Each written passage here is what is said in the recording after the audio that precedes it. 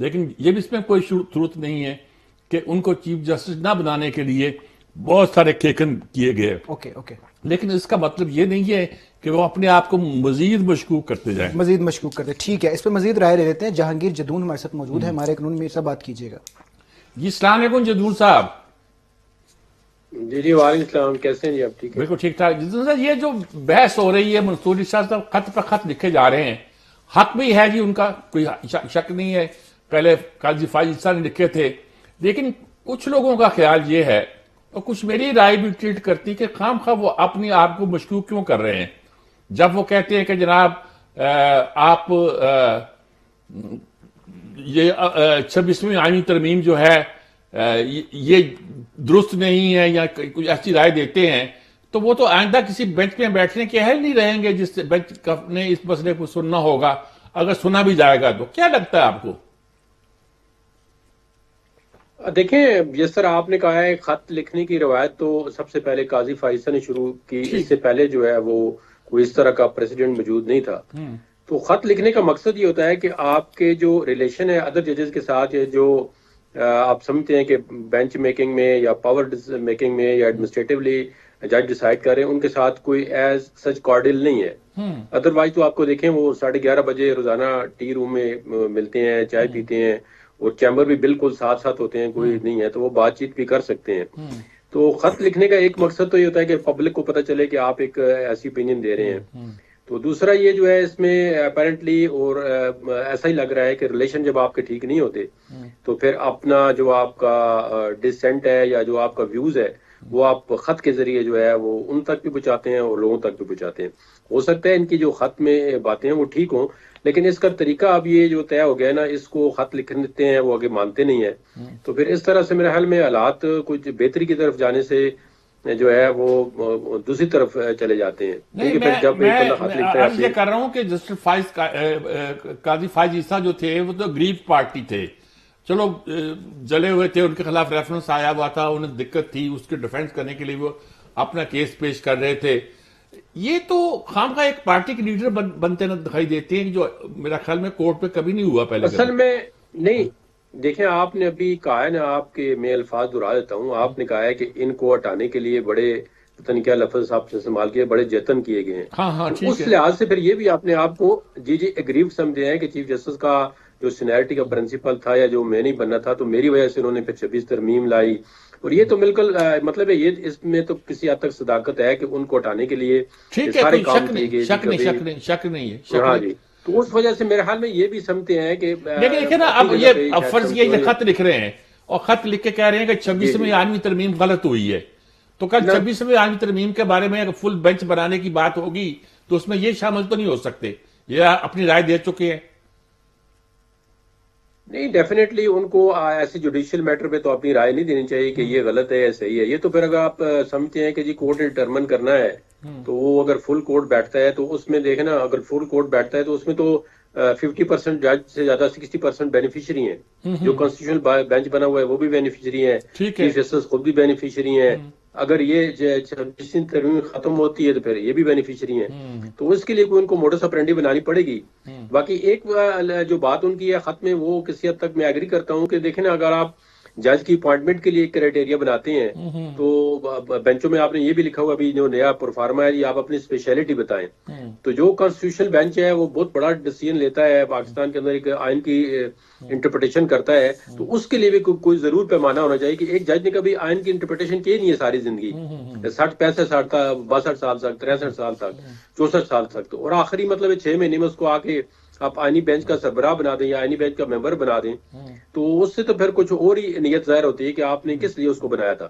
اس میں وزن ہے کہ آپ کوئی بھی جج ہو اس کا آپ کرائٹیریا طے کریں گے جی کہ آئینی بینچ کا جو ممبر ہوگا کیا اس نے کوئی آئین کی تشریح کی, اپنی فیلڈ کا ایکسپرٹ تو کم از کم ہونا چاہیے نا, آئین کا اس کو پتا ہو, آئین کی تشریح کی ہو, اس کی ججمنٹ ہو, 2 4 5 10 جو بھی مطلب ایک ہائی کورٹ سے جج اوپر آتے ہیں, تو ہائی کورٹ میں تو 199 کی بہت زیادہ پٹیشن آتی ہیں.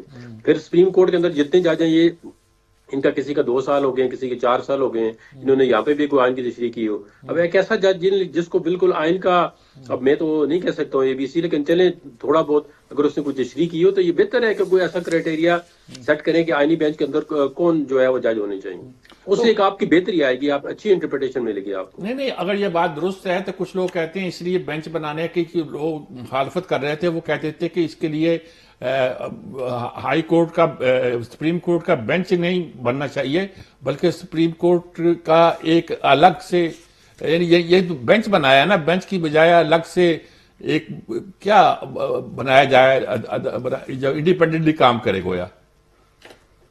نہیں دیکھیں نا, دو ہی صورتیں ہیں, یا تو آپ کیجئے ایک کانسٹیٹیوشن کورٹ ہو, اس طرح انہوں نے کہا تھا فیڈرل کانسٹیٹیوشن کورٹ, تو اس کا الٹرنیٹو پھر انہوں نے کہا جی اگر چلیں ایک, وہ اصل میں ان میں جو انہوں نے ڈرافٹنگ کی تھی اس میں یہ کہہ دیا تھا کہ جو فیڈرل کانسٹیٹیوشن کورٹ بنائیں گے وہ اس کی جو اپنی ججمنٹ ہوگی وہ سپریم کورٹ پہ بائنڈنگ ہوگی. تو اس وجہ سے انہوں نے یہ سمجھا کہ یہ جو علیحدہ کورٹ بنا رہے ہیں سپریم کورٹ کو بھی اس کے نیچے کر کے یہ سب سے اوپر والی کورٹ بنا رہے ہیں, تو اس پہ پھر بڑا تنازع پیدا ہو گیا کہ آپ سپریم کورٹ کو تو آلموسٹ ختم ہی کر رہے ہیں. تو پھر انہوں نے کہا جی نہیں جی بینچ بنا دیں. تو اب مطلب صاحب تو ادھر ہی جا پہنچا ہے, اب سپریم کورٹ کی جتنی پاور ہے وہ آپ نے ایک کانسٹیٹیوشن بینچ کو دے دی ہیں, کیونکہ سپریم کورٹ کے جو باقی جج ہیں وہ تو آئین کی کوئی نہ تشریح کر سکتے ہیں, نہ کوئی اس کا آئین کا ایسا پیچیدہ معاملہ جو ہے اس بینچ کے سامنے جا سکتا ہے. تو اسی لیے گورنمنٹ نے پھر یہ آپشن جو ہے وہ اڈاپٹ کی کہ جی چلو اگر فیڈرل کانسٹیٹیوشن کورٹ نہیں بنتی تو اس کے نتیجے میں یا اس کے متبادل جو ہے یہ آئینی بینچ کے انہوں نے تجویز ایکسیپٹ کی اور فوراً آئینی بینچ بنا دیا. آپ کو اب کیا ایشو یہ ہے کہ آئینی بینچ کا جی آپ فرمائیں. اب ایشو یہ ہے نا کہ آئینی بینچ کے اندر جو ہے ججز جو ہیں وہ ایسے ہونے چاہیے, بے شک اگر آپ منصور علی شاہ کو بینچ کا ایسا نہیں بناتے, اگر آپ سمجھتے ہیں کہ جی ان کا کوئی رائے کسی کیس میں, ان کو وہ تو ایک دو کیسوں میں وہ خود ہی پیچھے ہٹ کے, جب یہ ملٹری والا آیا تو اس کا جواز خواجہ نے کیا تو انہوں نے کہا جی ہمارے اس کے ساتھ کوئی لنک ہے, میں نہیں یہ کیس سننا چاہتا. جج کو خود ہی پیچھے ہٹ جانا چاہیے. ایون جسٹس قاضی فائزہ کا جب کیس تھا تو اس نے اپنے بردر 5 ججوں پہ یا 3 ججوں پہ نو ٹرسٹ کر لیا کہ جی ان کو میرے بینچ میں نہیں بیٹھنا چاہیے کہ یہ اس کے بینیفیشری ہو سکتے ہیں یا پیچھے چیف جسٹس بن سکتے ہیں. تو وہ سارے جج جو ہے وہ ہٹ گئے. باقی تو کوئی بندہ سارا دن سپریم کورٹ میں روتا رہے جی میرا اس کے ساتھ کانفلکٹ آف انٹرسٹ ہے, جج اپنے آپ کو علیحدہ نہیں کرتے, وہ کہتے ہیں نہیں ہم اس کو مسترد کرتے ہیں, ہم سنیں گے. تو یہ جج کا اپنا جو ایک ضمیر اور ایک کانشیس جو ہوتا ہے وہ اس کو مطمئن کرے کہ اگر آپ فیصلہ جو ہے بالکل میرٹ پہ آئین اور قانون کے مطابق کر سکتے ہیں تو آپ بیٹھیں. اگر آپ کا کوئی بائسڈ ہے, آپ سمجھتے ہیں آپ نے کوئی پہلے اوپینین دے دی ہے یا آپ اس کے بینیفیشری ہو سکتے ہیں یا آپ کو کوئی نقصان ہو سکتا ہے, تو obviously اس بینچ میں جج کو نہیں بیٹھنا چاہیے. اب آپ کو کیا خیال ہے یہ سارا جو ایک کنفیوژن پیدا ہو گئی ہے اس کا جوڈیشری پر کیا اثر پڑے گا؟ جو خاصی مزید ایک طرح کی بدنامی تو میں نہیں کہتا, لیکن کوئی اچھا نام نہیں آ رہا جوڈیشری کا, یہ سارے ٹسل سے ایک دوسرے کے خلاف, یعنی کسی کا بھی اعتبار نہیں رہا لوگوں کو. اصل میں دیکھیں نا میر صاحب, اصل چیز یہ ہوتی ہے کہ جو بھی عدلیہ کے فیصلے ہوتے ہیں نا وہ کوئی کسی پاور سے, کوئی بندوق سے نہیں منوائے جاتے. وہ سب سے بڑا جو ہوتا ہے کہ پبلک کانفیڈنس جب ہوتا ہے کورٹ کے اندر کہ جی یہ جو فیصلہ ہوگا یہ اس کو پبلک ایکسیپٹ کرے گی.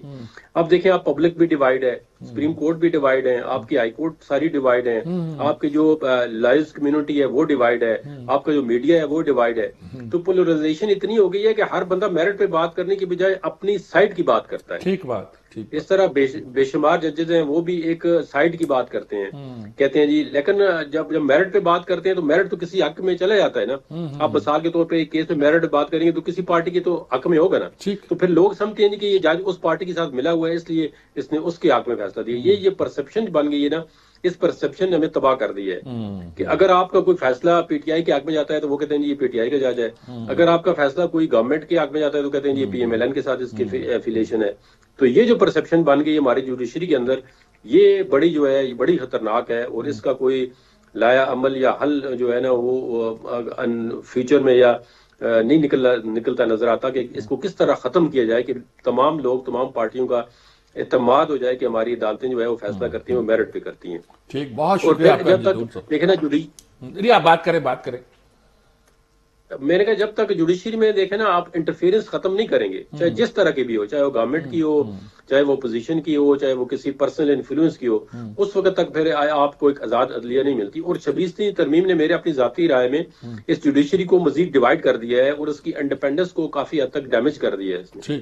تو پھر اس میں آپ کے جو اثرات ہیں آپ کو نظر آ رہے ہیں دن بدن کیا ہو رہے ہیں. ٹھیک, بہت شکریہ آپ کا جدون صاحب, یہ بات ٹھیک کہہ رہے ہیں, جوڈیشری مزید ڈیوائیڈ ہوئی ہے. ٹھیک ہے, یعنی کہ یہ درست کیا غلط کیا اس پہ بحث ہم نہیں کرتے, لیکن نتیجہ اس کا یہ نکلا کہ جوڈیشری مزید ڈیوائڈ ہوئی ہے. ٹھیک ہے. اور اس وقت لوگوں کا جو اعتبار تھا جوڈیشری پر وہ اور شیکی ہوا اور ہے. شیک ہو گیا. ٹھیک تو ہے. یہ تو کوئی اچھی بات نہیں ہے جی ہمارے جوڈیشری کے لیے بھی اور ہمارے نظام عدل کے لیے بھی. ٹھیک ہے. اور اب کون ٹھیک ہے کون غلط یہ چھوڑ دیجئے. ٹھیک ہے. یہ تو آپ بحث کر سکتے ہیں. مثلا یہی ایک بڑا سمپل سوال ہے کہ جب آپ کہتے ہیں 26ویں ترمیم غلط ہے اور فل کورٹ بنائیں ٹھیک ہے. تو اس فل کورٹ میں آپ تو نہیں بیٹھ سکتے. ٹھیک ہے. ظاہر بات ہے آپ نے تو فیصلہ پہلے دے دی نا بینچ دے دیا.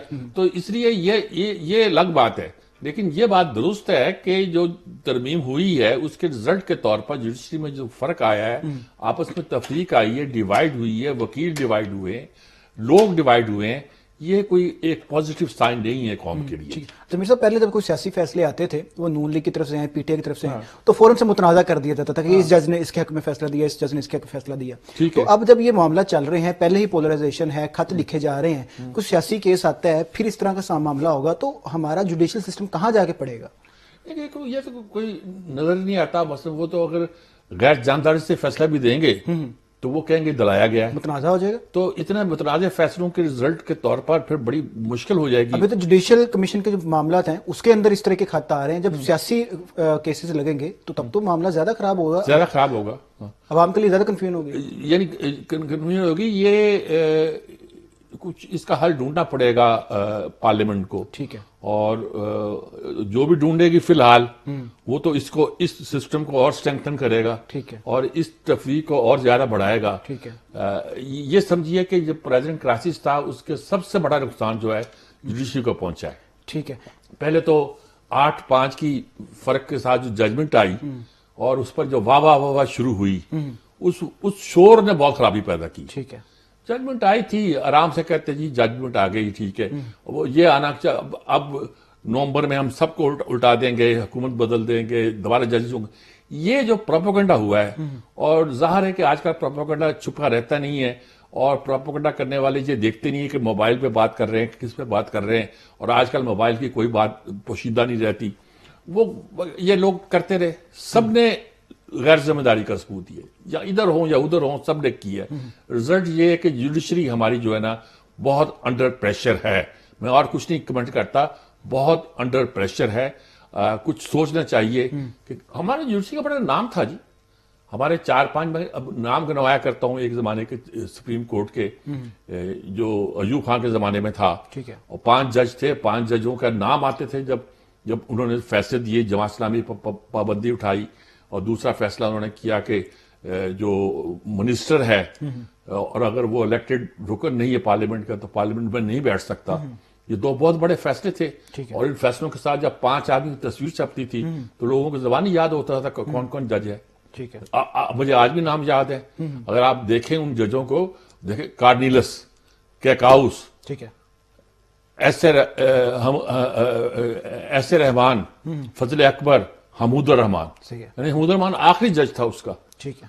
تو یہ میرے خیال میں فرق پڑا ہے, ہمارا امیج میں فرق پڑا ہے. ٹھیک ہے. خود دوسرے لوگوں کی نظروں میں تو ایک طرف رہ گئی بات, خود اپنے ملک کے لوگوں کی نظروں میں بھی فرق پڑا ہے. ٹھیک ہے. میرے صاحب جب 26ویں آئینی ترمیم کے معاملہ چل رہے تھے تو مولانا فضل الرحمان بار بار کہتے نظر آئے کہ 6 سے 7 مہینے اس پہ ڈیبیٹ ہونی چاہیے, پھر آئینی ترمیم آنی چاہیے, کیا کرنا ہے کیا نہیں کرنا. مبارکبادیں دی گئی, سب کچھ ہوا, لیکن آپ کو نہیں لگتا کہ پارلیمنٹ نے اس آئینی ترمیم کے بعد اپنے لیے عدلیہ کے لیے مزید مشکلات پیدا کر لی ہیں؟ نہیں, پارلیمنٹ نے تو اصل میں وہی کہتا ہوں کہ 8-5 کے فیصلے نے مشکلات پیدا کی ہیں. صحیح ہے. اس وقت اگر وہ فیصلہ تھوڑا سا احتیاط کے ساتھ آ جاتا, آپ نے ساری سیٹیں آپ نے سیٹیں اس طرح دی ہیں کہ حکومت آپ تبدیل ہو سکتی تھی اس کے نتیجے کے طور پر. یہ ساری جو سیٹیں اپوزیشن کو آپ نے دے دی تو رزلٹ کیا ہوتا کہ حکومت بدل جاتی. یہ کسی کو قبول نہیں تھا. ٹھیک ہے. نہ پارلیمنٹ کو قبول تھا, نہ اسٹیبلشمنٹ کو قبول تھا, نہ کسی اور قبول تھا. صحیح ہے. اچھا, ساتھ آپ نے پروپیگنڈا شروع کر دیا. ہم نے ایسا فیصلہ کر دیا کہ آپ دیکھو جیل سے کیسے باہر آتا ہے. صحیح ہے.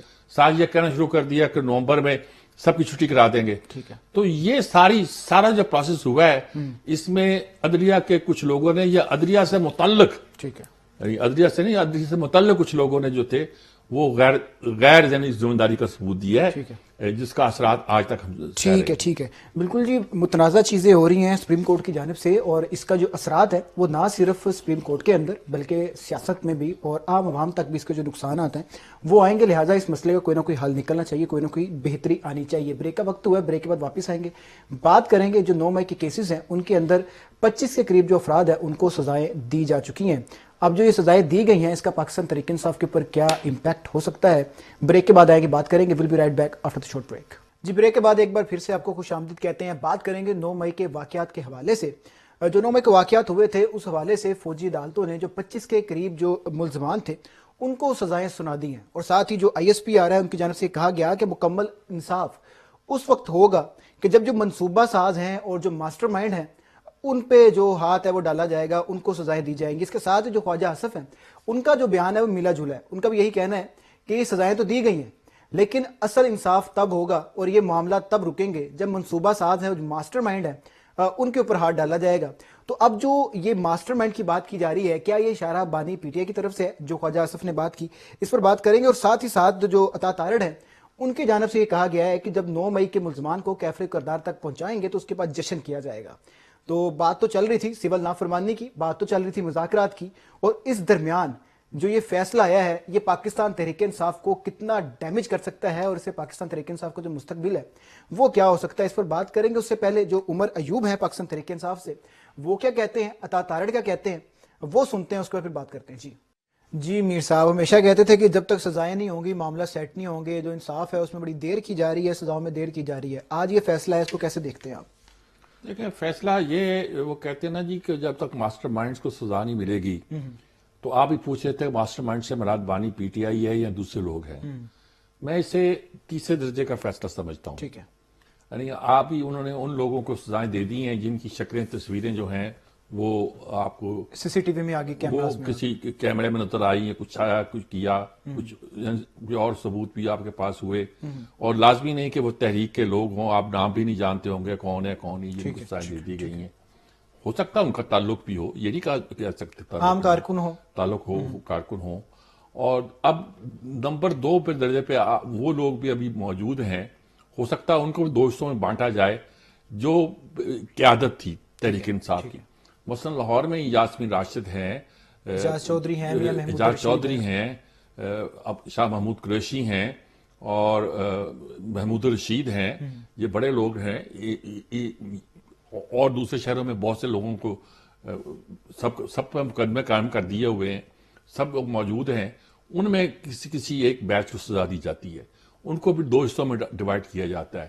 چلیے ان کو ایک ہی سمجھ لیجیے.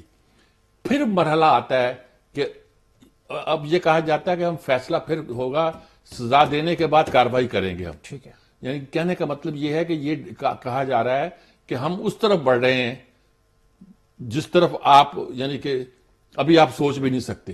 یہی کہنا ہوا نا, یہ مطلب آپ ڈرا رہے ہیں. اب مطلب ہے کہ بھئی آپ بعد آ جاؤ, ورنہ ہم آپ کے اور لوگوں کو ساتھ دیں گے, پھر اور کو بھی دیں گے, پھر بانی کا بھی ہاتھ ڈالیں گے مرحلہ وار. یعنی یہ ایک طرح کا, یعنی کہ یہ سب سزا دے دیتے تو سارا خوف, سارا قصہ کہانی ختم ہو جاتی. ایک کلیش شروع ہو جاتا, اور کلیش کے نتیجے کے طور پر ہو سکتا ہے کہ حکومت جیت بھی جاتی, ہو سکتا ہے حکومت ہار بھی جاتی.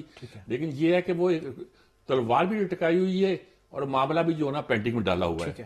تو سزائیں تو جہاں تک ہے 9 مئی کے معاملے کی, میں تو ان لوگوں میں ہوں کہ جو سمجھتے ہیں مئی کے بعد زیادہ سے زیادہ جون کا مہینہ آنا چاہیے تھا, بہت حد تک جولائی کا مہینہ, اور اس کے جو لوگ تھے ان کے کیس پیش ہونے چاہیے تھے اور عدالتوں کے ان کے بارے میں فیصلہ کرنا چاہیے تھا. آپ نے اس کیس کو بہت ڈیلے کیا. اچھا کیس میں انکار بھی ہوا, میں کہا یہ ہم شامل نہیں تھے, میں تو جیل میں تھا مثلا عمران خان نے کہا, اور مجھے کیا پتا, مجھے کیا خبر. پھر اس نے کہا کہ ایسا ہوگا تو ایسا ہی ہوگا, اور اب بھی آپ کریں گے تو یہی ہوگا. اس کی باتیں یہ ہیں کہ ان باتوں سے یہ بھی ہو سکتا ہے کہ وہ کہہ رہا ہو کہ میرا کوئی تعلق نہیں ہے, اور یہ بھی ہو سکتا ہے کہ آپ کہیں کہ دیکھو تعلق ثابت ہو رہا ہے. صحیح ہے. یہ دونوں باتیں تھیں, لیکن اس کا دودھ اور پانی کا پانی نہیں ہو سکا. اچھا میر صاحب, پاکستان تحریک انصاف کتنی ڈیمیج ہوئی ہے, کتنی نہیں ہوئی, اور آج کے بعد کیا مستقبل ہوگا؟ عامر مغل صاحب ہمارے ساتھ موجود ہے, رہنما پاکستان تحریک انصاف, ان سے بات کیجیے گا, ان سے جانتے ہیں. جی عامر مغل صاحب السلام علیکم. وعلیکم السلام. کیا اب یہ سزاؤں کا جو اعلان ہوا ہے اور نیا ایک نقشہ بنتا دکھائی دیتا ہے، یہ کیا نظر آتا ہے آپ کو، کیا ہونے والا ہے؟ دیکھیں جی، جہاں تک بھائی کے سوال کا تعلق ہے کہ تحریک انصاف کتنی ڈیمیج ہوئی ہے، تو اگر تحریک انصاف 9 مئی کے الزامات سے ڈیمیج ہوتی تو 9 مئی 2023 کے بعد 8 فروری 2024 تک بشمول ہمارا سارا الیکٹرانک میڈیا اور آئی ایس پی آر تو دن رات یہی موقف دہراتے رہے کہ تحریک انصاف جو ہے وہ 9 مئی کی مجرم ہے. تو اس کا جواب تو عوام پاکستان نے 8 فروری کو دے دیا، ٹھیک ہے. اور ایسا جواب دیا کہ وہ جواب آج تک اس جواب کا جواب نہیں بن پا رہا اس ریاست کے کسی بھی ادارے سے. ٹھیک ہے. تو دیکھیں، بات یہ ہے کہ سب سے پہلی بات تو یہ ہے، میرے کچھ سوالات ہیں اس فوجی عدالتوں کے جو فیصلہ آیا ہے اس پہ. سب سے پہلی بات تو یہ ہے کہ پاکستان کے آئین میں گنجائش ہی نہیں کہ آپ کسی سویلین کا ملٹری کورٹ میں ٹرائل کریں. وہ کہتے ہیں سپریم کورٹ فیصلہ دے چکا ہے، ٹرائل ہو سکتا ہے. نہیں سر، سپریم کورٹ نے نہیں دیا. بندوق کی نوک پہ بنائی گئی پارلیمنٹ، اور پھر اس کے بعد بندوق کی نوک پہ جب پارلیمنٹ بنائی گئی اس کے باوجود اس کو 2/3 اکثریت نہیں ملی. پھر بندوق کی نوک پہ ایک 2/3 اکثریت اکٹھی کر کے ایک 26ویں ترمیم لائی گئی، غیر آئینی ترمیم. اس بندوق کی نوک پہ ایک آئینی بینچ بنا، غیر آئینی بینچ ہے جو حقیقت میں اس غیر آئینی بینچ سے یہ فیصلہ کروایا گیا کہ ملٹری کورٹس ان کو سزا دے. تو ان سزاؤں کی ٹکے ٹوکری کی کوئی اوقات نہیں ہے سر. اس کو کون سپریم کورٹ کا فیصلہ کہتا ہے جو 21 اور 22 اکتوبر کی رات کو سپریم کورٹ کو فتح کر لیا گیا اور اس غیر آئینی بینچ کے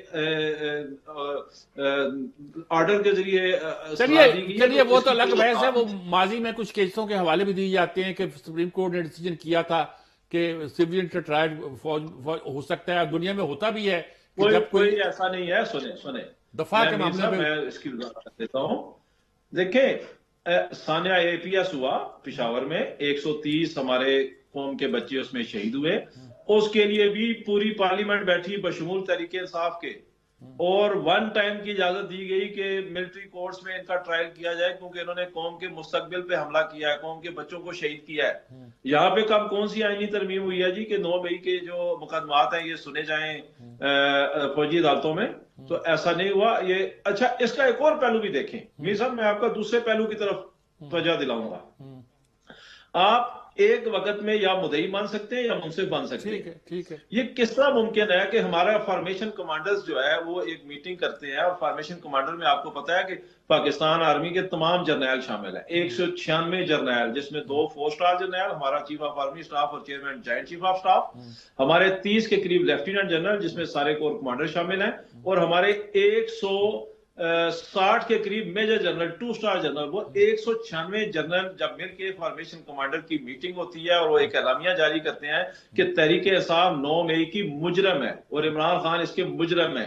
تو آپ مجھے بتائیں کہ جب 196 کے 196 جرنیل جو ہماری پوری پاک فوج کو چلا رہے ہیں، جب وہ الزام لگا دیتے ہیں تو ملٹری کورٹ کو ہیڈ کرنے والا ایک کرنل کی جرات ہے کہ وہ 196 جرنیلوں کے خلاف جا کے فیصلہ دے گا؟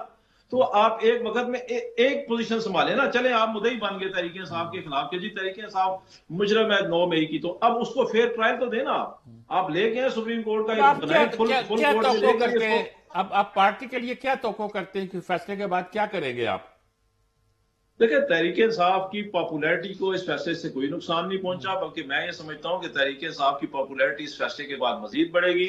قوم کو نظر آ رہا ہے کہ جن لوگوں نے تحریک انصاف چھوڑ دی ان پہ بھی 9 مئی کے الزام تھے، جنہوں نے پریس کانفرنس کی، جن میں اسد عمر صاحب شامل ہیں، جن میں ڈاکٹر مراد راز شامل ہیں، جن میں فیاض حسن چوہان شامل ہیں، علی زیدی شامل ہیں، عمران اسماعیل. ان کو آپ نے کلین چٹ دے دی، ان پہ بھی آپ نے یہی 9 مئی کے الزامات لگائے تھے. اور جنہوں نے نہیں چھوڑی، وہ شاہ محمود قریشی ہوں، عمران خان ہوں، جو اعجاز چودھری ہوں، عمر چیمہ ہوں، یاسمین راشد ہوں، وہ جیلوں میں پڑے ہیں. تو اس سے تو ظاہر ہوتا ہے کہ آپ 9 مئی کو پولیٹیکل وکٹمائزیشن کے لیے استعمال کر رہے ہیں. تو میں یہ سمجھتا ہوں کہ انصاف کا قتل ہوا ہے آج.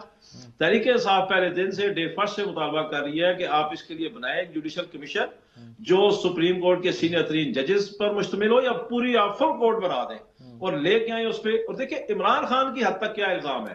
عمران خان کی حد تک یہ الزام تو ہے ہی نہیں کہ اس نے حملہ کیا ہے، وہ تو اس وقت ان کی کسٹڈی میں تھا.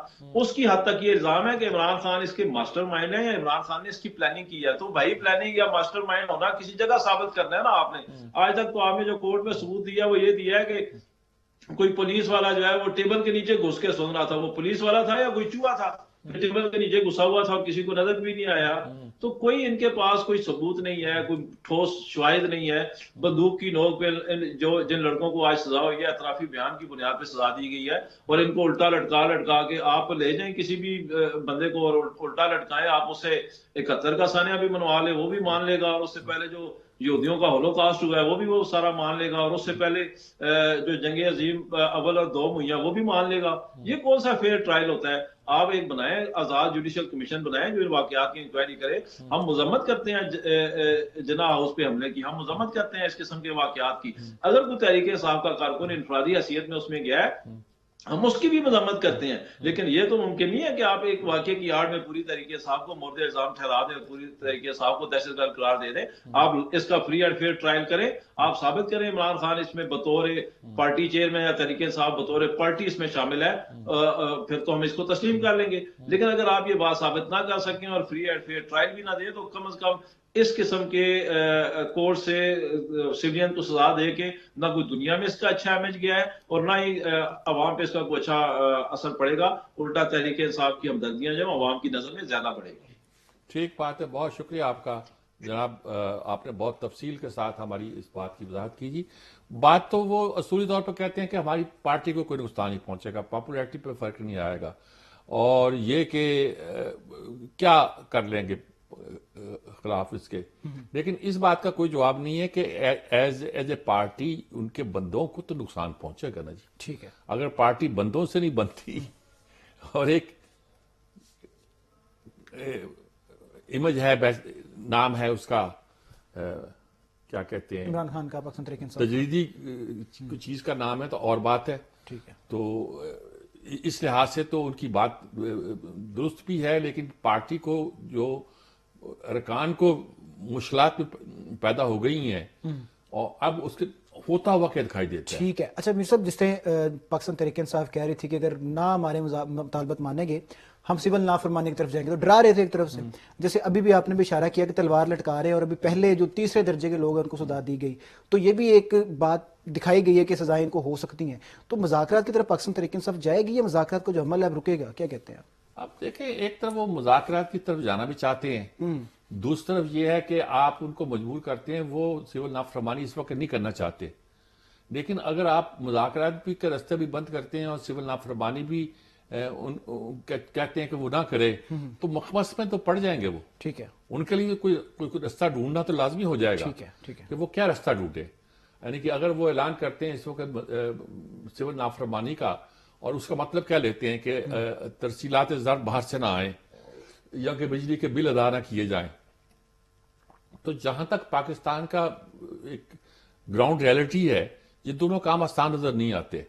تو اس لیے پارٹی تو مشکل میں تو ہے. وہ تو چاہتی یہ تھی کہ چلے ایک دباؤ کے تحت بات مانی جاتی، مذاکرات ہو جاتے، اور اطلاعات یہ بھی ہیں کہ اس طرح کی گفتگو ہو رہی ہے کہ جس سے مذاکرات کے دروازے جو کھل جائیں گے. کچھ باثر جرنلسٹ اس قسم کی رپورٹ کر بھی رہے ہیں، لکھ بھی رہے ہیں، اور اللہ کرے مذاکرات ہوں. اور اس میں اب مسلم لیگیوں کا لہجہ بھی دکھائی دیتا تھا کہ جیسے وہ مذاکرات کے لیے تیار ہیں. ٹھیک ہے. تو یہ اگر مذاکرات ہو جاتی ہیں اور کچھ نتائج نکلتے ہیں تو اچھی بات ہے. پہلے آپ کہیں یا پہلے ہم کہیں، تو اسی کشمکش میں پریشر ٹیکٹکس کی یہ جا رہی ہے دونوں سائڈ سے. یہ کہ اگر تو وہ بھی چلاکی کر رہے ہیں، یہ بھی چلاکی کر رہے ہیں. پہلے آپ کہیں یا پہلے ہم کہیں. ہاں، وہ یہ چلاکی کرنے والی بات ہے نا. ٹھیک ہے. کہ ہم تو کہتے ہیں ہم تو تیار ہیں، یہ ہمیں درخواست تو کریں. وہ کہتے ہیں جی میں درخواست کیوں کروں، میں تو پبلکلی کہہ رہا ہوں. ٹھیک ہے. تو یہ اگر بات چلتی رہے دوسری بات ہے، ورنہ تو اس کے کوئی فائدہ ہو سکتا تھا. ٹھیک ہے، ٹھیک ہے جی، بالکل جی. پاکستان تحریک انصاف کا اس پہ کیا اثرات ہوں گے یہ آنے والے وقتوں میں دیکھیں گے. وقت ہوا بریک کا، بریک کے بعد واپس آئیں گے، بات کریں گے جو مدارس رجسٹریشن جو معاملہ چل رہا تھا اس میں ایک بڑا بریک تھرو ہوا ہے. مطالبات مان لیے گئے ہیں، کیا سارے مطالبات تھے اور کیا سارا معاملہ تھا. بریک کے بعد آتے ہیں، بات کرتے ہیں. Will be right back after the short break. جی، بریک کے بعد آپ کو ایک بار پھر سے خوش آمدید کہتے ہیں. بات کریں گے مدارس رجسٹریشن کا جو معاملہ چل رہا تھا کافی دنوں سے. تو گزشتہ روز وزیر اعظم پاکستان ہے شہباز شریف، ان کی ملاقات بھی ہوئی تھی مولانا فضل الرحمان سے، اور یقین دہانی کروائی تھی کہ جو تمام معاملات ہیں ان کو حل کیا جائے گا. تو بریک تھرو ہوا ہے کہ جو تمام مطالبات تھے اتحاد تنظیم مدارس کے ان کو مان لیا گیا ہے, اور یہ بھی یقین دہانی کرائی گئی ہے کہ جو آئینی ترمیم تھی اس کے مسودے کی روشنی میں جو نوٹیفیکیشن ہے وہ چند روز میں کر دیا جائے گا, اور یہ سارا جو معاملہ ہے وہ سامنے آیا ہے. اور جس طریقے سے 1860 کا جو ایکٹ تھا اسی کے تحت سارا جو یہ رجسٹریشن کا معاملہ ہے کرنے کی یقین دہانی کروائی گئی ہے. اس کے ساتھ ہی بات کریں گے کہ جو آسٹریلین گورنمنٹ ہے انہوں نے پاکستان کے اندر جو مدارس کے طالب علم ہیں ان کو جدید تعلیم دینے کی پیشکش کی ہے کہ جو مدارس کے اندر طالب علم زیر تعلیم ہے ان کو جدید علوم سکھائے جائیں گے اور جدید جو ٹیکنالوجی ہے وہ سکھائی جائے گی. یہ پیشکش کی گئی ہے. اس پیشکش کو کس طریقے سے لیتی ہے پاکستانی گورنمنٹ, میر صاحب سے بات کرتے ہیں. میر صاحب پہلے تو یہ بریک تھرو ہوا ہے, آپ ہمیشہ کہتے ہیں کہ مسئلہ حل ہو جائے گا, اس میں کوئی بڑی بات نہیں ہے, جب بیٹھیں گے تو حل ہو جائے گا, تو مسئلہ حل ہو گیا ہے. شہباز شریف کا ملنا ہی تھا نا جی. ہاں جی, وہ مولانا سے ملا, انہوں نے کوئی بات نہیں, جو جیسے کہتے کر لیتے ہیں. اس نے صدر نے انہوں نے قانون وزیر قانون کو بلاتا ہوں میں, وزارت قانون کو, قانون کے مطابق جو کچھ کر سکتے ہیں ہم کر دیں. ٹھیک ہے. اب اس میں کوئی ایج پیچ ہوگی تو وہ اس کو سلجھا لیں گے. ٹھیک ہے. اگر نہیں سلجھا پائیں گے تو پھر مولانا ایڈوائز کریں گے کہ یوں کرو. ٹھیک ہے. اس میں کوئی کمی رہ جائے گی تو وہ تو گلے مولانا کا ہی پڑے گی نا. صحیح ہے. کوئی کیس کر دے گا کہ یہ تو قانونی طور پر یہ غلط ہے, تو وہ عدالت ابھی تو فیصلے دیتی ہے نا, ہماری عدالتیں اس طرح کے مسئلوں پہ دے دیتی ہیں, ٹھیک ہے, وہ فیصلہ دے سکتی ہیں. تو میرا خیال میں یہ کوئی مشکل مسئلہ نہیں تھا. پہلے کیوں روکا گیا ہے, کامران مرتضیٰ صاحب ہی کہتے ہیں کہ ایک وزارت تعلیم میں ایک ریٹائرڈ بندہ بیٹھا ہوا ہے, وہ اس طرح کی کھیل کھیلتا ہے اور مسائل پیدا کرتا ہے. ٹھیک ہے. میر صاحب کیا سارا معاملہ ہے, کامران مرتضیٰ کیا کہتے ہیں, ہمارے ساتھ لائن پر موجود, ان سے بات کر لیتے ہیں, بات کیجیے گا. جی السلام علیکم کامران مرتضیٰ صاحب. وعلیکم السلام, خیریت سے آپ ٹھیک؟ اللہ کا شکر ہے. کامران صاحب کیا فیصلہ ہو گیا, کیا کچھ مسئلہ طے ہوا جی؟ سر چیزیں مثبت ہیں انشاءاللہ تعالیٰ, جو ہے نا وہ آپ دیکھیں گے کہ یہ ورکنگ ڈیز جب شروع ہو جائیں گے تو پھر انشاءاللہ تعالیٰ ایک دو دن میں پازیٹیو چیزیں آ جائیں گی. نہیں وہ تو لگ رہا تھا, کل جو ملاقات ہوئی ہے اس میں لگ رہا تھا کہ جیسے کہ وزیر اعظم نے بھی یقین دلایا ہے کہ ایز اٹ از ہم اس کو طے کرنے کی پوری کوشش کریں گے, اور غالباً ہدایت بھی دی ہے وزارت قانون کو کہ اس سلسلے میں کچھ کرو. کیا لگتا ہے آپ کو جی, کیا کوئی؟ میں یہی عرض کر رہا تھا کہ پرائم منسٹر نے جو ہے نا وہ ہدایت دی ہے اپنا پارلیمانی افیئرز کی اور قانون کی منسٹری کو کہ آپ ود ان دی کانسٹیٹیوشن کی with in the frame work جو ہے نا وہ آپ آگے بڑھیں اور معاملے کو حل کی طرف جائیں. تو انشاءاللہ تعالیٰ وہ مطلب محتاط انداز میں گفتگو میں یہی کہہ سکتے ہیں کہ چیزیں مثبت ہیں اور ایک دو دن میں کوئی بہتر جناب ورکنگ ڈیز میں جو ہے وہ بہتر چیزیں سامنے آ جائیں گی. اچھا کچھ لوگ کہتے ہیں کوئی مسئلہ پیدا نہیں ہوگا کہ وہ وزارت قانون کو کر دیں, یہ پاس کر دیں, پاس کرنے کے بعد کوئی کمپلیکیشن پیدا ہوگا, عدالتوں میں جائے معاملہ کہ یہ فلاں شک رہ گئی ہے. آپ مطمئن ہیں قانونی طور پر ایز اٹ از اگر اسے پاس کر دیا جائے تو یہ پاس کیا جائے گا؟ سر اسی کا رستہ نکالا گیا ہے اور وہ اسی کو ایڈریس کر کے وہ پراپر جو باقی چیزیں ہیں وہ میرا خیال ہے کہ میرے منہ سے نہ آئیں, سرکار کی طرف سے آئیں تو زیادہ بہتر ہے. اسی کا رستہ نکالا گیا ہے اور انشاءاللہ تعالیٰ ٹھیک ہو جائے گا. اچھا مطلب اچھی بات آپ نے کی کہ رستہ نکال لیا گیا کوئی, اور اس پہ اتفاق ہو گیا اور کوئی کچھ نہ کچھ معاملہ بہتر ہو جائے گا جی انشاءاللہ. جی بہت شکریہ آپ کا کامران مرتضیٰ صاحب, بہت شکریہ. وہ بہت سمپل بات ہے, وہ یہ کہتے ہیں ایسے ایز اٹ از نہیں چھوڑیں گے.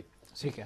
جو رستہ نکالنے کا کوئی طریقہ ہو سکتا ہے وہ ہم نے بھی سجیسٹ کیا ہے, انہوں نے بھی ایکسیپٹ کیا ہے, اس کے مطابق کچھ معاملہ آگے بڑھے گا. اور جب ورکنگ ڈے شروع ہو جائے گا, آج تو ہفتہ تھا, کل اتوار ہے, پرسوں سے شروع ہو جائے گا, تو پیر منگل بدھ تک سمجھیے کہ 2-3 دن کے اندر ایک فیصلہ آ جائے گا اور وہ مطمئن ہے کہ کوئی رستہ ہم نے. ٹھیک ہے. اچھا میر صاحب پہلے بھی جو بلاول صاحب ہیں وہ حکومت سے گلے شکوے کرتے نظر آتے ہیں کہ ہمارے ان کے تحفظات ہیں, لیکن اب یہ بھی دیکھا جا تھا کہ مدارس بل ہے, اس کے اندر زرداری صاحب ڈائریکٹ انوالو تھے.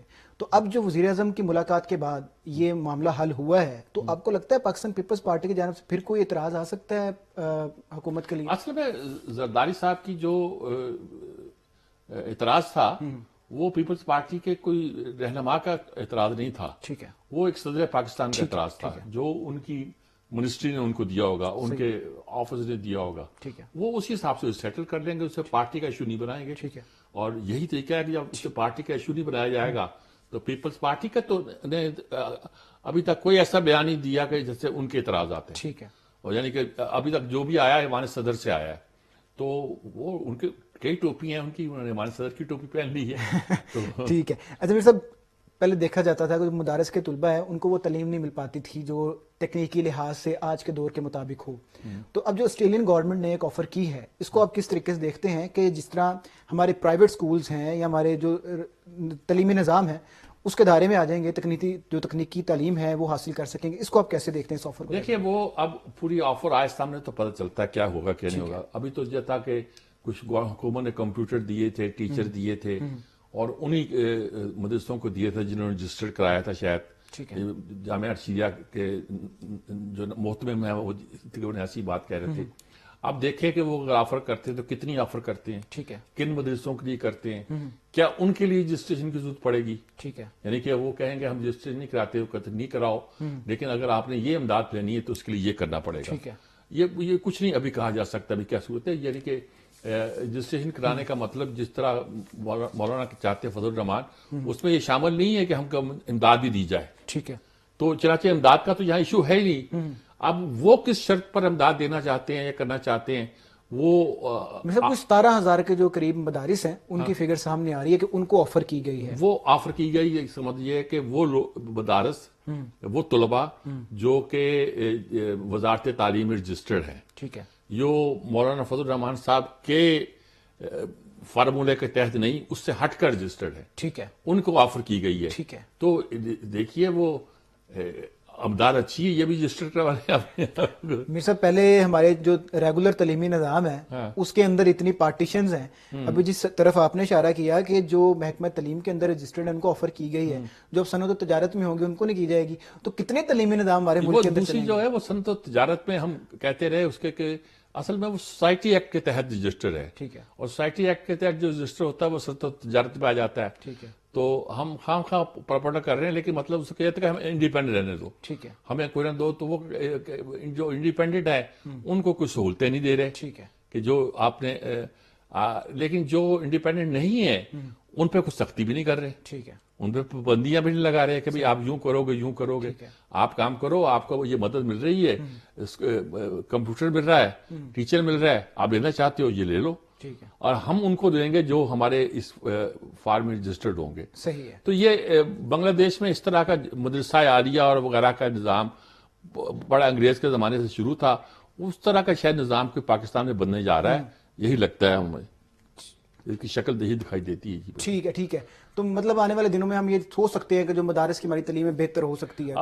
مدارس ویسے اللہ کے فضل سے برے صغیر کے مدارس کی جو تعلیمی معیار ہے وہ دنیا کے کسی ملک سے کم نہیں ہے. جامعہ مدینہ ہے, مدینہ یونیورسٹی ہے سعودی عرب میں, جامعہ ازہر ہے مصر میں, لیکن اس کے باوجود بھی ہمارے مدرسے جو ہے نا وہ اپنی ایک شان رکھتے ہیں. آپ دیوبند کو لے لیں, ان کے مقابلے میں وہاں بریلی ہے, یہاں ان کے مدرسے جو ہے دارالعلوم سے لوگ پڑھنے آتے تھے, بنوری ٹاؤن میں لوگ پڑھنے آتے تھے, اور بہت سے مدرسوں میں سے لوگ جو باہر سے پڑھنے آتے تھے, اور ہمارے مدرسوں کے پڑھے ہوئے لوگ اپنے اپنے ملکوں میں جا کے چیف جسٹس لگ گئے, منسٹر لگ گئے, بڑی بڑی پوسٹوں پہ تھے, اور ہم نے خود پابندیاں لگوا دی کہ صاحب دہشت گردی ہو رہی ہے, دہشت گردی ہو رہی ہے, مغرب کے پروپیگنڈے میں آ گئے. تو ہمیں خود اپنے اس معاملے کو دیکھنا بھی چاہیے اور زیادہ اپنے لوگوں کو سہولت دینی چاہیے. ہمیں پیسہ بھی آ رہا تھا, لوگ ہمارے مدرسوں میں پڑھ بھی رہے تھے, ہماری پبلسٹی بھی ہو رہی تھی, سب کچھ ہو رہا تھا. ہم نے اس سسٹم کو خود تباہ کیا. تو وہ اب لائم لائٹ دوبارہ اس ڈگر پہ آتے ہوئے کچھ وقت لگے گا. کہا یہ جاتا ہے کہ پارٹیشن سے پہلے جو مدارس تھے وہ ایک ہی ڈگر پہ چل رہے تھے, اس کے بڑا فائدہ ہوا, بڑی چیزیں بہتر ہوئی. پارٹیشن کے بعد ڈویژن ہوئی, اس ڈویژن کا کہیں نہ کہیں نقصان ہوا. نہیں, ڈویژن تو پارٹیشن سے پہلے ہی ہو گئی تھی, جب دیوبند اور بریلی کی ڈویژن ہوئی تھی, اور سلفی مدرسے جو تھے اہل حدیث کے وہ الگ تھے. یہ ان میں کوئی جھگڑا نہیں ہے. یہ پانچوں سلفی بھی, اہل حدیث بھی, دیوبندی بھی, اور شیعہ بھی, اور غالباً شاید جماعت اسلامی, 5 بورڈ تو موجود تھے. اب انہوں نے بہت سارے بنا لیے, 15 کے قریب. ہاں 15 کے بنا لیے. تو بنتے جائیں, آخر ایک وقت آئے گا کہ ان کو آپ کو تعلیم دینے کے لیے ایک سرکاری بورڈ بنانا پڑے گا اور ایک یونیورسٹی بنانی پڑے گی. ٹھیک ہے. وہ اگر ہم بنا سکیں تو میرا خیال ہے بہت بڑا جی بالکل جی. جو یہ واقعہ ہوا ہے مدارس رجسٹریشن والا جس کے بعد شہباز شریف گئے ہیں ملے ہیں, اس سے ایک بات تو ثابت ہوتی ہے کہ کوئی بھی سیاسی جماعت ہو کسی بھی لیول پر جا کر تحریک کی بات کر رہی ہو, مارچ کی بات کر رہی ہو, تو اگر بیٹھ کر مذاکرات کیے جائیں اور حل نکالا جائے چیزوں کا تو حل نکل آتے ہیں. تو جو باقی معاملات ہیں, باقی جماعتیں ہیں, وہاں بھی تمام سیاسی جماعتوں کو بیٹھ کر حل نکالنا چاہیے. پروگرام کا وقت ختم ہو گیا ہے, کل پھر ملاقات ہوگی. اللہ حافظ.